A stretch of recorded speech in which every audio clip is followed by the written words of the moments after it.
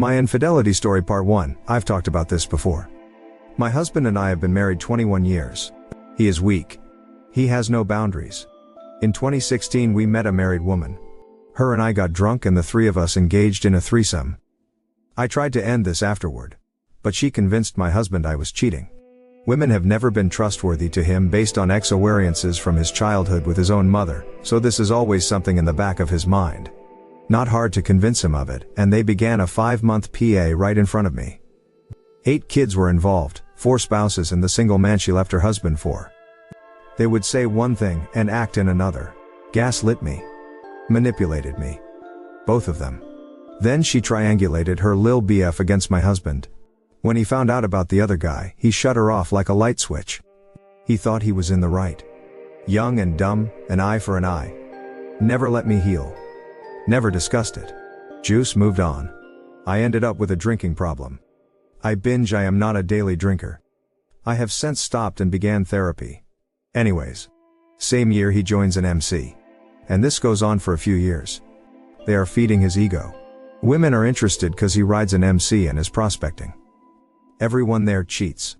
Part 2, 2019. Club discarded him. Ego is bruised and broken. He becomes infatuated with a woman who looks like my friend. She turns him down. A blow to his ego. I pissed him off one day and he tells me he wants a divorce and doesn't love me. But I still don't think he is cheating. He starts talking to a woman he met at the monster truck shows. She is also married, and met my family. Even shook my hand. And a woman from high school. They serve different purposes. He ends up losing interest in both and he is back to me. Things are good for about a year and a half. I am still drinking at that time and still not able to communicate. Intimacy has left the bedroom and we are stale. IDK how to fix this. 2021, he begins playing TGM on mobile. Building up his avatar guy and being praised and getting attention for being so high up there in the game, cause he spent $10,000 a year on it, and eventually meets a slightly younger also married gamer girl. She is manipulative. She is the first to confess feelings and the first to send inappropriate pictures. I read all of the chats cause he was too dumb to delete. Part 3. 2022. She just wants him to play different games with her so she can earn rewards. She is also asking him for money. She is playing a GF role while telling him she won't leave her husband and it's online only. Also telling him to go spend time with me. He only heard what he wants to hear. Ignored anything that didn't line up with his desires. She would be hot for a couple weeks or a month and then ghost. So he would move on. He met another woman from the game. Began trying to schmooze her. Again, I read these chats. He would describe basically our sex life to her. But it was to cybersex with her. I felt hurt. He sent her jewelry. She ended up blocking him cause she said his stories didn't add up. She didn't like how arrogant he was. She didn't like he was married. And back the first girl would come. Like an addiction he couldn't quit her. You can see it in what he says to her. Things like, I'm crazy for you, I am on a cloud, I love this secret we are having. And then brag that he is laying next to me talking to her. Brag that he can't keep this secret forever. He desperately wanted to go to her state. He fantasized about it and begged her. She told him no. But he was persistent. She would ghost again. So he would cyber with others. Part 4.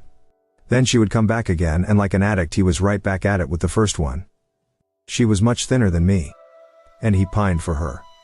True infatuation. He was searching forbidden love tattoos, even calling shops around town. Again she stopped talking and off he went to the next one. There was one in particular at the end, who was a lot like me. I spoke to her too. She had a body like mine. Hair color, eye color. She was emotionally mature and grounded like me. She was kind and compassionate. He was really into her. He was searching trips there. Looking for jobs. Travel restrictions, etc. Told me again he didn't love me and he wanted a divorce. I internalized this. He told me he wanted the divorce because I didn't put out enough. He is lacking and he is starting to look at other women. He says my nightstand is too messy and that I drink too much. So I stopped drinking. It's so hard. And I'm doing it alone. No support. I go to AA. I go to counseling. I get us marriage therapy. I set up dates for him and I and our friends thinking he must just be stressed. He is mean to me. Cruel. Angry.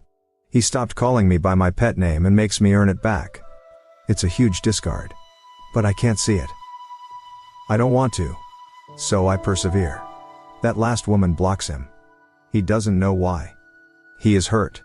He is in financial ruin, it's all gonna come crashing down. I had no access to the finances then, I had no idea what was going on. He didn't want me to know how bad it was. He says a part of him thought he could move out of the country and not owe to the USA, and he could be with someone who has a job. Way better than mine. That is why he spent money buying the other one jewelry. Why he sent the last one flowers and food for her children. I think by that point he was done and wanted out of the relationship, but too chicken to actually divorce me. Make me do it and he can play victim and get his freedom. But I am not smart or strong enough then, so I don't go. Over time those relationships fizzle out. But we are still not addressing core issues in the marriage. Part 5. I go on a cruise with my friend in Sept 2023. I wake up. I realize what has been happening. I come home and he starts accusing me of cheating. I didn't. But then I knew for sure. The first girl reached out again, 7 months after she went North Carolina with him. Like an addict he rushed to talk to her. And then immediately reaches out to the last one. He says he didn't remember even doing this or talking to them at all. Made no sense. But whatever. November 28th was D-Day for me. I find the email to the last girl. I am so dang compassionate that I felt sorry for him for being hurt. I could tell by the email how helpless he felt and how he didn't understand and how he was soft and broken. The email was from Sept 2022. The height of the acting out. He trickle truths.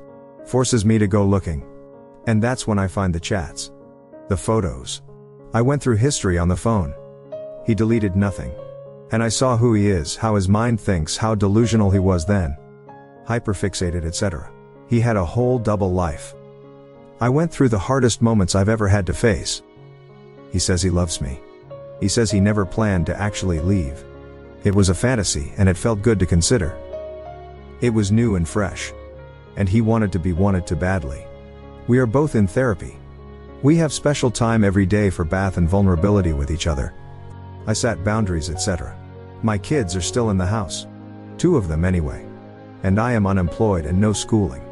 So I am pursuing that in case things go south. We are trying to work through this. And sometimes I have bad days. I obsess about these women. IDK how to stop. Sometimes I feel completely in love with him, almost like he is someone new. It's the weirdest thing. Like we are dating again.